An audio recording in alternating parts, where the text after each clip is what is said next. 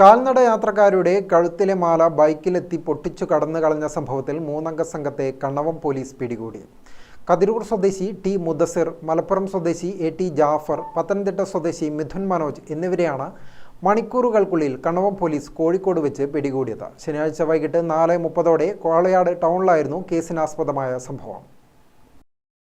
ശനിയാഴ്ച വൈകിട്ട് 4:30 കോളയാട് ടൗണിലൂടെ നടന്നു പോവുകയായിരുന്ന കോളയാട് ചോല സ്വദേശിനി കെ ഷിജിനിയുടെ കഴുത്തിൽ അണിഞ്ഞ 4 പവൻ സ്വർണം ബൈക്കിലെത്തിയ 2 സംഘം പൊട്ടിച്ച് കടന്നു കളയുകയായിരുന്നു. തുടർന്ന് ഷിജിന കണ്ണവം പോലീസിൽ നൽകിയ പരാതിയുടെ അടിസ്ഥാനത്തിൽ കണ്ണവം പോലീസ് SHO KV ഉമേഷിന്റെ നേതൃത്വത്തിൽ നടത്തിയ അന്വേഷണത്തിലാണ് സംഭവത്തിൽ 3 സംഘം ഉൾപ്പെട്ടിട്ടുണ്ടെന്ന് മനസ്സിലാക്കിയത്.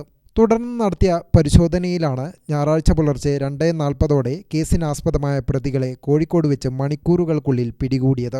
Kannavam station house officer KV ഉമേഷിന്റെ നേതൃത്വത്തിൽ ഞായറാഴ്ച പ്രതികളെ സംഭവസ്ഥലത്തെത്തിച്ച് തെളിവെടുപ്പ് നടത്തി കോടതിയിൽ റിമാൻഡ് ചെയ്തു. Kannavam SI Sunilkumar, Prakashan, CPOമാരായ K Prajith, Anees, Jinesh, ASI Abhilash, SCPO Vijesh തുടങ്ങിയവർ പരിശോധനാ സംഘത്തിൽ ഉണ്ടായിരുന്നു. മോഷണക്കേസിൽ ചക്രക്കൽ സ്റ്റേഷനിലും ഈ പ്രതികൾക്കെതിരെ കേസുണ്ടെന്നും കണ്ണവം പോലീസ് പറഞ്ഞു. ഗ്രാമിക ന്യൂസ്, കൂത്തുപറമ്പ്.